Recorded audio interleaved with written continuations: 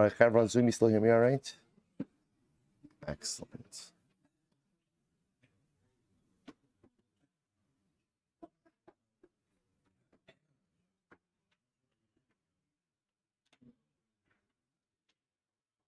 All right, Shabbos, say good morning, good morning.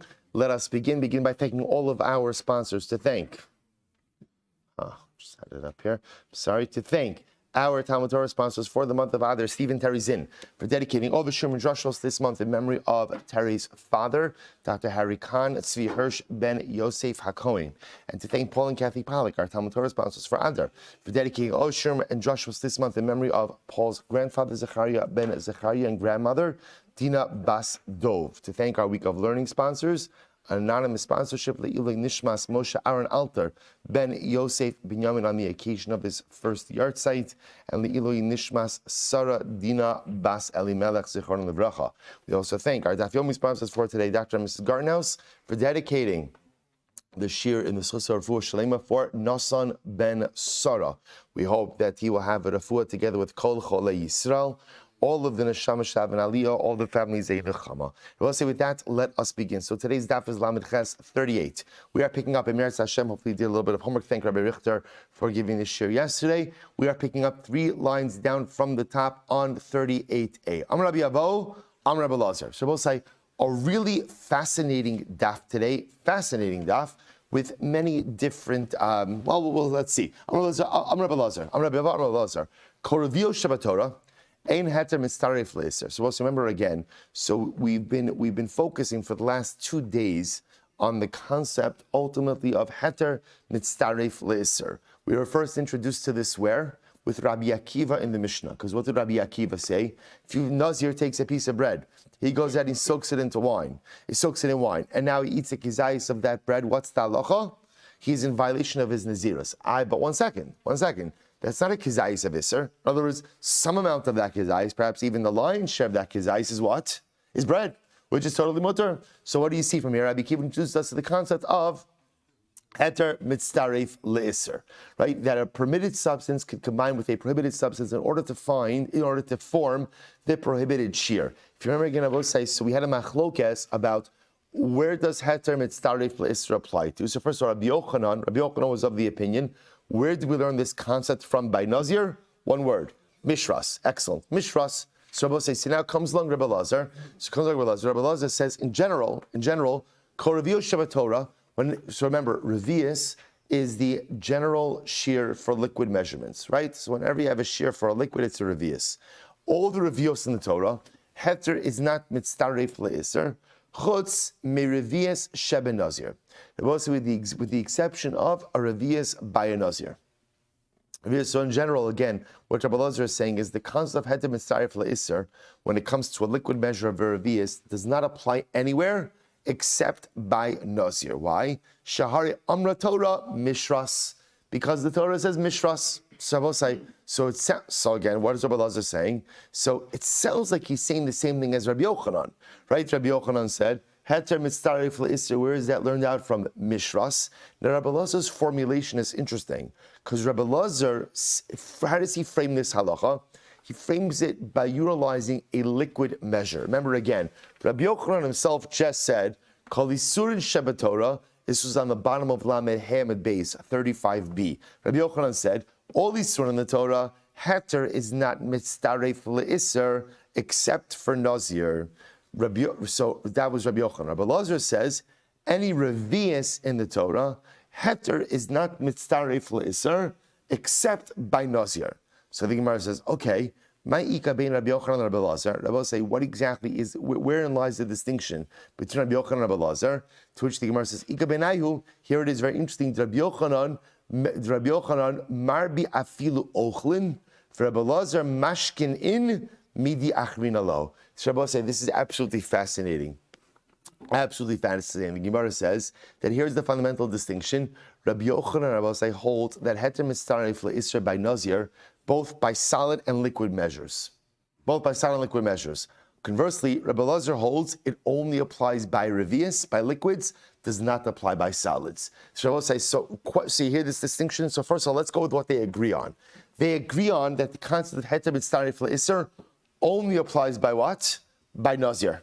By Nazir, right? It does not apply by other Isurim. So wherein lies their machlokes?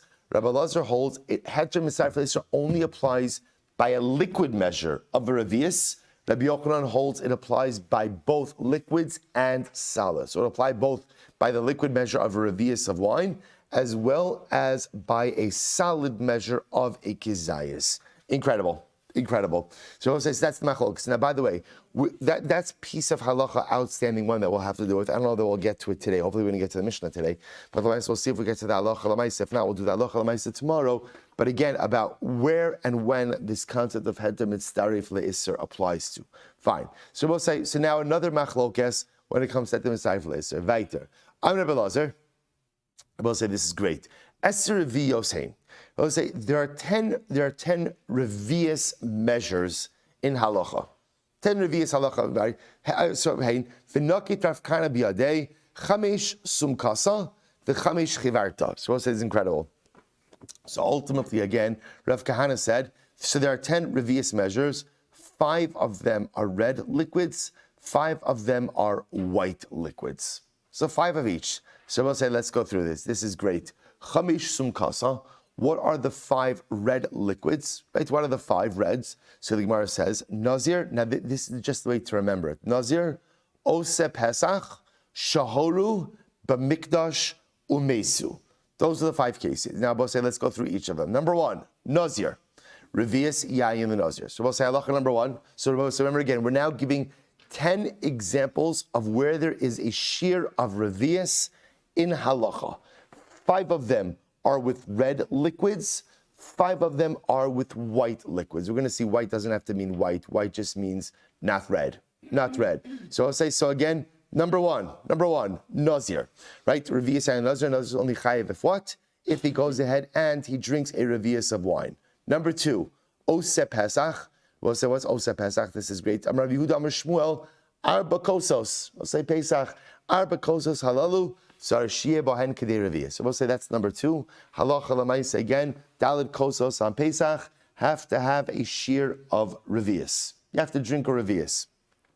I shouldn't say you have to drink a revius. You have to have a cup which holds a revius. In fact, we know the halacha by Arba Kosos is that you have to drink rov revius. You have to drink the majority of a revius of each kos, but the kos itself has to hold at least a revius. Good. Number 3. Shahoru. So I'll say what shahoru? Shasa revius. If a dayan drink, right, a judge drinks a revius of wine al yora, he should not adjudicate a case. That's case number 3, right? Case number 4. And I will say, by the way, you'll ask yourself, but 1 second, why is that in the red case, right? It's only true if he drinks red wine, not if he drinks white wine. So understand, I will say that again, the default of wine is always red. Right, the dinar's white wine was an inferior form of wine in times of the Gemara. So therefore, by definition, when they're talking about wine, they're talking about red. Good. Number 4, B'mikdash. Both say, what does B'mikdash stand for? Shas revius v'nichnas la'mikdash chayiv misa. If a person drinks a revius of wine and enters into the Beis HaMikdash, he's chayiv misa. I will say the halacha is you are not permitted to walk into the Beis HaMikdash in a state of intox under the influence. Right? What's considered to be under the influence for entry into the Beis HaMikdash, ultimately again a revius of wine. So you drank a revius, you entered into the Mikdash, you're chayiv. Number 5, mesu. I will say, what's the case of mesu? The sanya minayin the revius dam sheyotzim b'shnei mesim shimetami ba'ohel. It's a very interesting case. How do you know? I will say, in general, a revius of blood from a corpse has the ability to be metami ba'ohel. Now, just to understand what that means, what's interesting, we know what's tumas ohel, I will say. Tumas ohel is you're under the same roof as a corpse. Well, it's not, then you contract ritual impurity, corpse tuma. Now, I will say it's not just if it's a corpse. The truth is, it could be true with a limb, it could be true with a kizayis minames, and it's also true with a revius of blood. Now, so if you're under the roof with a revius of dam from someone who died, right? Even the body's not there, just revius, your tummy tumas meis. The chiddush of Rabbi says, what happens if you have a revius, but it's made up of 2 corpses? In other words, you have a revius of blood that came from 2 dead bodies. So how do I know that even though it's a combined revius from 2 dead bodies that I'm going to be chayiv? Shne'emar v'al kol nafshos meis lo yavo. Because I will say the pasuk says, I'll call nafshos meis. Nafshos is plural, right? On any, literally again, you should not come in contact with dead people. So why plural? To teach me that even if it's a revius that's made up of two bodies, halacha l'maisa, I'm going to become tamei tumas meis. So I will say, these are the 5 cases of what we'll call red revius. Red revius. Number 1, Nazir can't drink a revius of wine. Number 2, Daled kosos require a revius. Number 3, you can't bask in halacha once you drank a revius of wine. Number 4, you can't enter into the Beis HaMikdash once you drink a revius of wine. And number 5, a combined revius of blood, even from 2 corpses, makes a person ritually impure through tumas ohel. Incredible. Good. Chamesh chivarta. We'll say now again, those are 5 revius cases, all with red liquids. 5 now with white liquids, or we'll call it non-red liquids. The chamesh chivarta. Number 1, so I'll say here's the way to remember it. Chalos, Nazir, u'mitzvora shenifsalu b'Shabbos. Okay, so what are these cases? Number 1, chalos, revius shemen l'chalos. So we'll say this is talking about a carbon toda. So remember again, when you bought a carbon toda was made up of multiple loaves. The halacha is that it requires a revius of oil for the offering. A revius of oil for the offering. Okay, all right. The truth is, there's some interesting rush over as well. Let's go back there. It's good. Nazir. Chalas revius. Right, shemen lechala. So we'll say Nazir. What does Nazir refer to? Revius shemen lenazir. Ultimately, I will say, what does that refer to? That refers to a revius of oil for the Nazir offering. Okay, now we'll say oil, it's calling oil white, as I was saying before, because oil is not red. So white over here doesn't mean white, white just means not red. Number 3, mitzora, revius mayim mitzora. We'll say, remember again, a person who's afflicted with saras, so remember again, part of his purification process is a sprinkling with mayim chayim, with spring water. How much water has to be in the vessel? A revius of water. A revius of water. Shenifsalu. So I will say, what shenifsalu? Disnan ushar kalamashkin tmein poslinis hagavia b'revius. So I will say, any type of liquid which renders a person tamei only renders a person tamei if there is a shear of revius. Okay. What's b'Shabbos? What's b'Shabbos? This time I will say, very interesting. B'Shabbos ushar kalamashkin b'revius. Ushar kol hashofchen b'revius. We'll say on Shabbos we know. Remember this from our Gemara Shabbos days. In Masech Shabbos we learned that halacha l'maisa, you're only chayiv for transporting an object if you carry a significant amount of it. So we'll say. So therefore, when are you going to be chayiv for otzah? When will you be chayiv for transporting, let's say, a liquid on Shabbos? When, if halacha l'maisa, you're carrying at least the shear of a revius. Now again, that's true. He says whether or not it's a regular liquid or it's wastewater. Fine. Shabbos say. So the point over here is those are my 5 cases of what we'll call white liquids. So remember again, case number 1, a revius of oil for carbon toda. Case number 2, a revius of oil for carbon nazir. Case number 3, a revius of water for the purification of the metzora. Case number 4 is any liquid which will render a person tamei, only dust when the shear of revius. Case number 5, Hilchos Shabbos, I'm only chayiv if I transport a revius of liquid on Shabbos. So I will say, so now I have it, 10 cases of the shear of revius, 5 of them by red liquids, 5 of them by white liquids. To which the Gemara says, one second. V'suleka, that's it. There are more cases. Rabbi said, listen to this. V'ha'ika me'revius noten li'adayim la'achad v'afilu l'shnayim. Rabbi said, this is actually a fascinating case. Listen to this. Rabbi said, netilas yadayim. Netilas yadayim, for washing one's hands. Now this is going to be true whether it's for netilas yadayim in the morning, negel vaser, right, or washing for bread. The halacha is you require at least a revius of liquid. Rabbi said, now I want to show you something absolutely amazing. Not only does revius of liquid work for one person, but it even works for 2 people. Now I will say, now watch this. So let's start with first the ikar halacha. So the ikar halacha is that when you're washing your hands, I will say it's actually very interesting that the Gemara Mesechus Brachos, remember back Mesechus Brachos, brings down that although a revius is the minimum amount of water that one could use, halacha l'maisa, it's interesting that the Gemara says that a person should use a lot of water for netilas yadayim, because washing berevach, washing with a lot of water, is a skula for ashirus. Is a skula for wealth. Which again, it's interesting. You see this motif in halacha. I will say, where else do you see that using a lot of something is a skula for wealth? By havdalah, we have this concept as well. That havdalah, the concept is you're supposed to overflow the cup. You're supposed to overflow the cup, right? When you fill up the kos for havdalah, overflow it over the sides. Why? Because the Gemara says, any home in which the cup of havdalah literally again runneth over, ultimately again is a skula for ashiras. So I will say, what's the logic of it? Just on a basic hashkafic level, the idea is wealth is a gift from HaKadosh Baruch Hu. HaKadosh Baruch Hu, if he's going to give me a gift, he wants to see how I'm going to use it. So when I demonstrate that I already use my material goods for mitzvahs, the present material that I have for mitzvahs, so that shows HaKadosh Baruch Hu, I could be a proper custodian of this wealth. So if I take my wine for Havdalah, which ultimately again represents a siman bracha, right? I take my wine for Havdalah, which is a mitzvah, and I say I'm not just doing the minimum, but rather again, the cup runneth over with the mitzvahs. So ultimately, again, that's the school of wealth. So you ask yourself, why do we only do it by Havdalah? Why not do it by Kiddush also? So just remember again, what does Havdalah represent? Havdalah represents the last thing, the last ritual rite you're going to do before you enter into the week of dynamic activity. So again, it's that last mitzvah of Shabbos, or right before the week of dynamic activity begins. If I overflow that cup and invest a bit more into that mitzvah, that's the tone I'm setting for the week.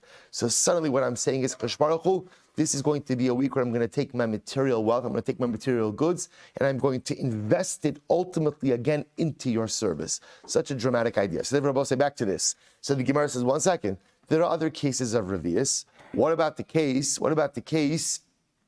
of netilas yadayim for shachris, or netilas yadayim in general, which requires a revius? Not only that, Rabbi will say, but what?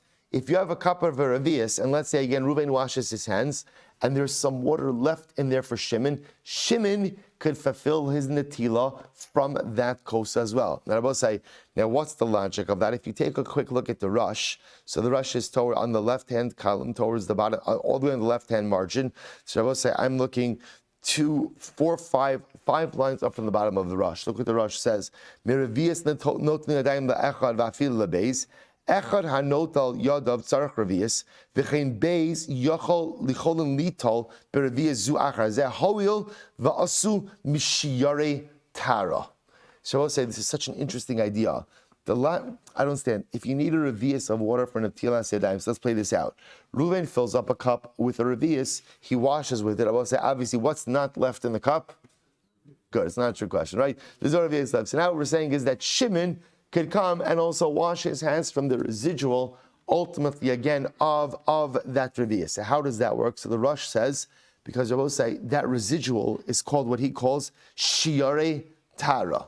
It's the leftovers of revius, and the shirayim, the leftovers of the revius, ultimately have the ability to purify us. I will say, such a beautiful, beautiful idea. Sometimes the shiare tara, the leftovers of the tara, have the ability to go ahead and affect tara. Well, it says a beautiful Baal Shem Tov HaKadosh. We say at the end of Yishtabach, Habocher b'shirei zimra. Right, to concluding bracha b'ishtabach, that Hashem is the one, literally again, who is bocher b'shirei. He chooses, or he loves the songs of a Klal Yisrael. The Baal Shem Tov HaKadosh says you could vocalize it a little bit differently. Habocher b'shiyare zimra. So I will say, what does Chosh Baruch Hu love more than anything? Shirayim, leftovers. What does that mean? Chosh Baruch Hu loves shirayim. So such a beautiful idea that in life we have incredibly profound, elevating, cathartic moments. And obviously, again, b'shas ma'aseh, in that moment, everything is beautiful, everything is wonderful. The whole yisod in life is to take shirayim with you, is to take leftovers, right? In other words, so now I have this cathartic experience, so what do I do with it? if I don't take something with me from it, then ultimately, again, it just simply ebbs away. This is why there's the concept, you see about this often, is the concept that, speaks about this, that in a moment of inspiration, a person should at least open up a chumash, read a pasuk. He says, even if it's a pasuk, Vaydaber Shema Moshe Lemor. Why? Because now what you've done is you've taken inspiration and you've plugged it into something concrete. So now you've done something with that inspiration. The problem with inspiration is if it's not plugged into something, it comes and it goes. This is the concept of making a Kabbalah, right? The concept ultimately, again, that in a moment of inspiration, taking something upon yourself. So you're taking the feeling, you're taking the emotion, and you're plugging it into something concrete.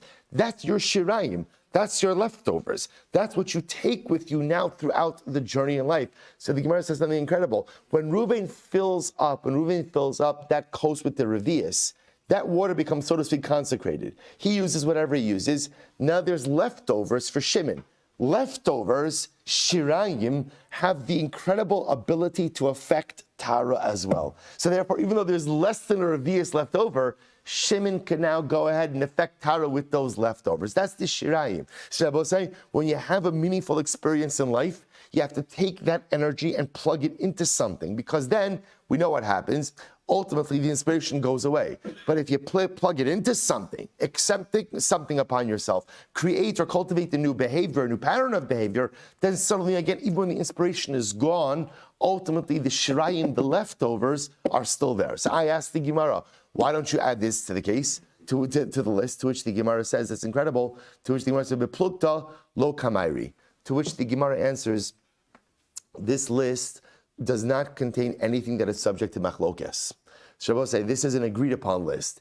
This concept that we just quoted about Shimon using the leftover water from Ruvain, that's a machlokes. I vaha ha'ika vaha ika haya mevi payli shel cheres v'nosim l'socha ochatzi lug mayim min akir. Shabbos say this is by sota. By sota, they would also go ahead and use a revius of water, right? They would dissolve the parchment into water, and ultimately, again, the sota or the isha sota would go ahead and drink the water. For Rabbi Huda revius, Rabbi Huda said it was a revius. Beplukta lo kamei. I will say once again, it was a machlokes how much water they used. So I will say when the Gemara says there's a list of 10 things for which we need a shear of revius, 5 red liquids, 5 white liquids. Are there more cases of revius? Yes. But these 10 are not subject to machlokes. These 10 are cases that everyone agrees with. Incredible. To which the Gemara says, I v'ha'ika kama mayim nosein l'socha kolshu. So I will say, we have the case. This is actually another interesting case. I will say, this is a case if the Rush says over here, ba'avit shalmei raglayim she'yucha lehispalel etzla. So I will say, this is a case here of where you have a like a bedpan, and there's urine in it. You want to daven in proximity to the bedpan. What's the halacha? You have to dilute the urine. How much do you have to dilute the urine? By adding at least a revius of water.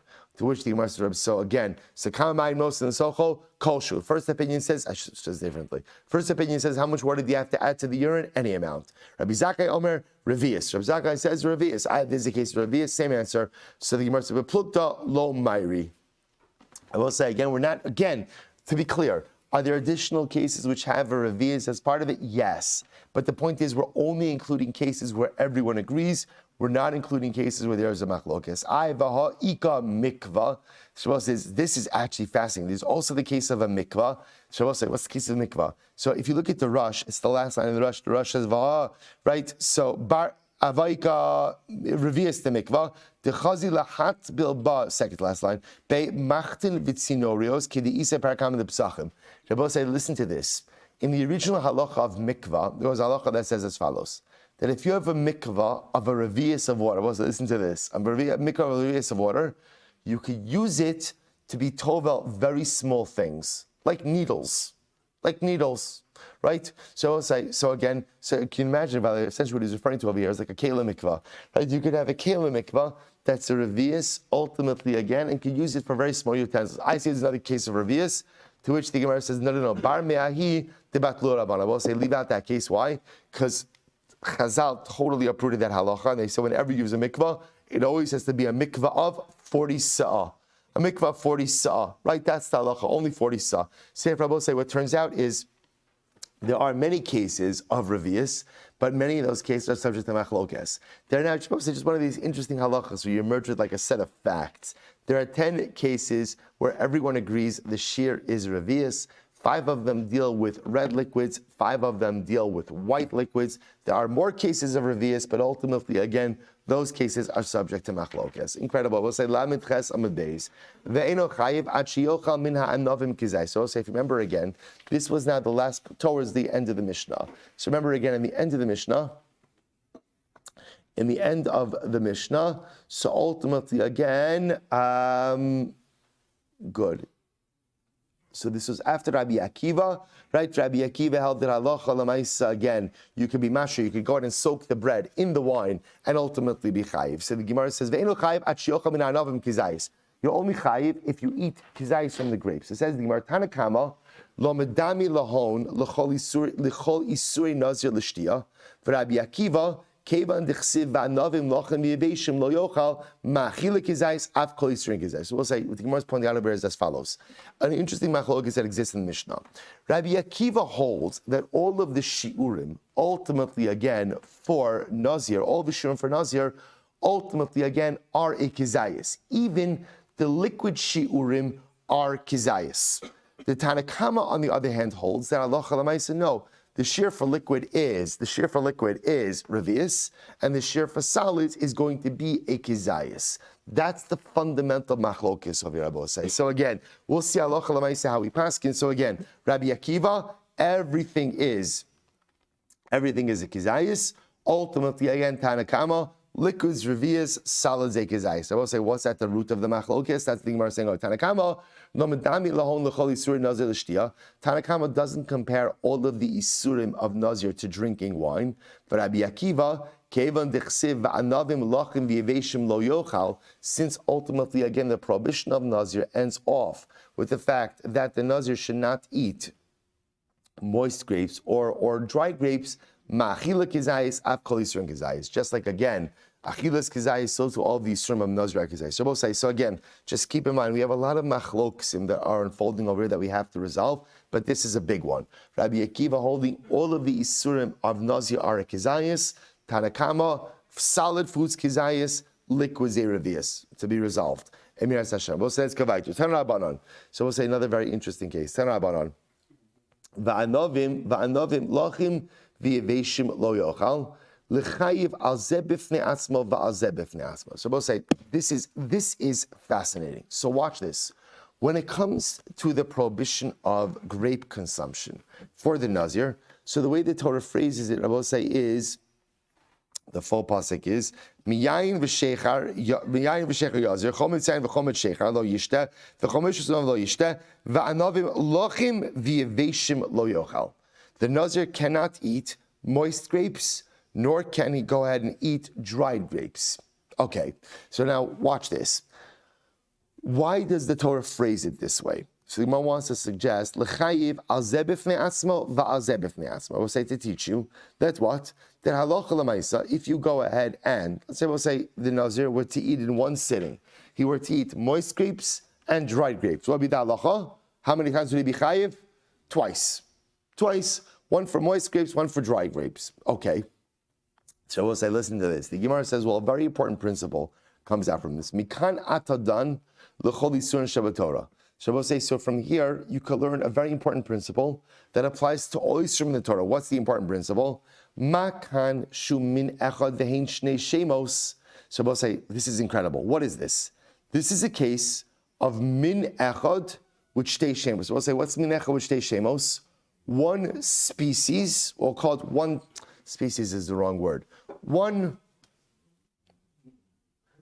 min, right? We'll call one species, right? Let's just do a species, right? One species with two names. Now, what does that mean? One species with two names? Others will say the common denominator between moist grapes and dry grapes is grapes. So they're both called grapes, right? That's the min. They're both called grapes. Yet what? Shtei shemos. Shtei shemos, which means what? Two identities, right? Moist grapes and dry grapes. And I will say, what do you see? The chayiv Now, we'll say, now what do you see? Even though they're both called grapes, because they have what? Two different identities, right? Two different names, you're chayiv independently for each of them. And I will say, again, remember, I would have thought, right before we started the sugya, I would have thought, a Nazir sits down and eats dried grapes and moist grapes. So I'll say, how many times should he be chayiv? Once. Why? He's eating grapes. He's eating grapes. I don't know. And if they're green grapes, and if they're red grapes, and if they're this grapes and that grapes, it's grapes. Grapes are grapes are grapes. The Chiddush Rabbi says the fact that the Torah goes out of its way to tell you, right, anavim lachim v'yavation, is to teach you that you're chayiv for each independent sug, each independent type of grape, which then creates a halachic principle, which is that whenever you have one min, one species, but within that species you have multiple types, you're going to be chayiv for each individual type. Eventually shows chayiv and I will say, now what does that come to include? So now Nazir is an example of this. So I will say an example of it would be wine and grape juice, right? Wine and grape juice. Chamra chadita v'invi. So I will say this would be an example, ultimately again, of two things which have the same identity or same min, but ultimately again have two different names. So I will say, if you take a look actually at Rashi here for just a moment, Rashi says over here. Fine. Rashi says, Lasui chamra chadta v'invi. It's in Rashi 3 lines into the short lines. Shafa pishem min echad sheya chadash masuk kanavim hoil ushnei shnemos yesh len chayva kol achas achas. So it's actually, the way Rashi even says it really is, it's grape juice and grapes, right? Because essentially, what's grape juice? Chamra chadta here says new wine. New wine in the eyes of the Gemara is grape juice. Right? So grape juice is the same thing as grapes, because essentially they taste the same. Right? Remember again, new wine is essentially grape juice that hasn't undergone fermentation. So grape juice and grapes. So Nazir drinks grape juice and he eats grapes. I both say it's interesting because that could be a case you can more easily see a distinction because of liquids and solids, but effectively they're the same thing. So if a Nazir were to go ahead and eat grape juice and grapes, the Gemara wants to suggest he would be chayiv. He would be chayiv ultimately twice. Why? Even though it's the same min, it's two different items. Incredible. Okay, so we'll say, so that's the concept that's being introduced to us over here. The Chiddush over here, two things which belong to the same species, but if they have two different names, you're going to be chayiv twice. Based on this, Amar Rabbi, listen to this. Achal chartzan lo kishtayim. So this is very interesting. If you eat chartzan, I will say, right now, for the purposes of this sugya, we're going to go with Rabbi Yossi's definition of chartzan, which means grape seeds, and zog, which means grape skins. Remember again, I will say the definitions were subject to machlokes. So but right now, just because you're going to see it this way, the Gemara is using it. So Abai is like this: you eat a grape seed, you're chayiv twice. I will say, now why would you be chayiv twice for eating a grape seed? Take a quick look at the Rush. So the Rush will say, Divrei Maschil, chartzon loke beis. Listen to this. The mikol asher yasem b'gefen hayayin kai akulu v'laki al kol min umin shiocha. So listen to this. This is incredible. Remember, the Torah itself says that a Nazir can't eat a chartzon, can't eat a grape seed, right? So that's prohibition number 1. What's prohibition number 2? The Torah says mikol asher yaseh b'gefen hayayin. Anything that comes from the vine. So essentially, I will say, there's a specific isser to eat a grape seed, and there's a general isser not to eat anything that comes from the vine. Therefore, you eat a grape seed, the Nazir is chayiv twice. So we'll say, you want to talk about Nazir, that's totally not worth it. Right? There's some Naziris that might be worth it, right? A grape seed, and you're going to be chayiv. Come on, I could have given you so many better suggestions than that. And I said, so the Maisa again, I'm not going to, right? But again, one grape seed, 2 liabilities. One for chartzon, one mikol asher yaseh gefen hayayin. Achal zag, similarly again, a person eats a grape skin, lokesh time, same thing. There's a specific prohibition for grape skins, right? I will say in addition to that, there's the general isser of mikol asher yaseh gefen hayayin. Achal chartzan v'zag. Now, watch this. Now we're getting crazy, right? Let's say he eats a grape seed and a grape skin, loke shalosh. 3 malchus. So we'll say, why 3 malchus? one for chartzon, grape seed, one for zog, grape skin, and then one for the general prohibition of mikola sheria seme gefen hayayin, anything that comes from the vine. Rava said, that's Abaye. Rava says, no. Eina loke ela achos. Rava say you only get one malchus, right? Only one set of lashes. Why? She'eina loke alav shebechlalos. So Rava say this is very interesting. Rava holds like this. Now, when Rava says you only get one set of malchus, what he means is like this. What he means is if you eat a grape seed, you only get one set of malchus. Or if you eat a grape skin, you only get one set of malchus. Obviously, if you eat a grape seed and a grape skin, you're going to get two. What he's coming to say is like this. You don't get malchus, Rava say what's called a lav shebechlos. A lot of you saw the stick ideas today. We'll say, what's a lav shebechlalos? There are two different types of lavim in the Torah. There's a specific lav and a general lav. What's an example of a specific lav? Don't eat a grape seed, right? Don't eat the grape skin. Then there's a general lav. What's a general lav? Mikol asher yasem gefen hayayin. Anything that comes from the vine. That's called a general lav. Rava wants to suggest that in general, right? Rava wants to suggest that you get malchus for violation of a specific lav. You do not get malchus for the violation of a general lav. Take a look at Rashi. For just a moment, Rashi is in the second to last short line. So let's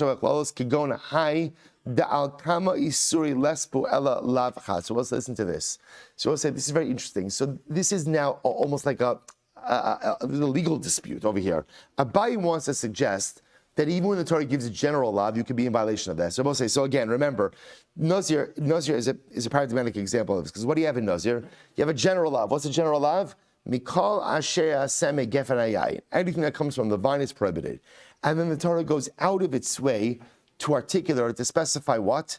Every single thing that comes from the vine, right? The chartzanim adzag, the grape seeds to the grape skins, the moist grapes, the dry grapes, the wine, the old wine, the new wine, everything. So Abaye says, it's to teach you something very important, which is that, for example, if you eat a grape seed, I will say, what do you chayiv? What do you chayiv according to Abaye? What do you chayiv?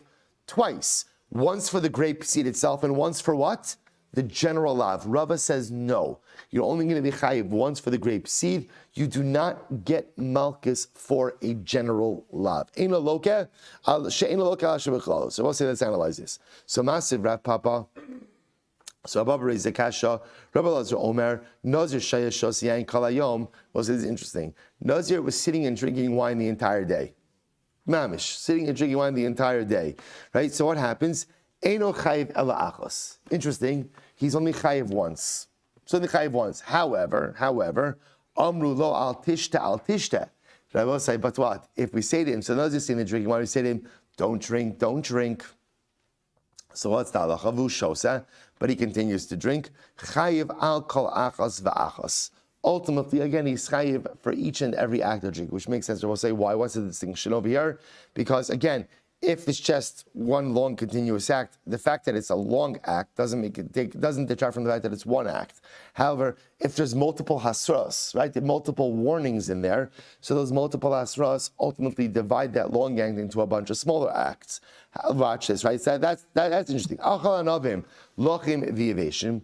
Let's say if a person eats moist grapes, dry grapes, chartzanim v'zagim, or he eats grape seeds or grape skins, v'sachat eshkol shalanavim v'shasa, or he takes a cluster of grapes, and what does he do? He squeezes it and then drinks the juice.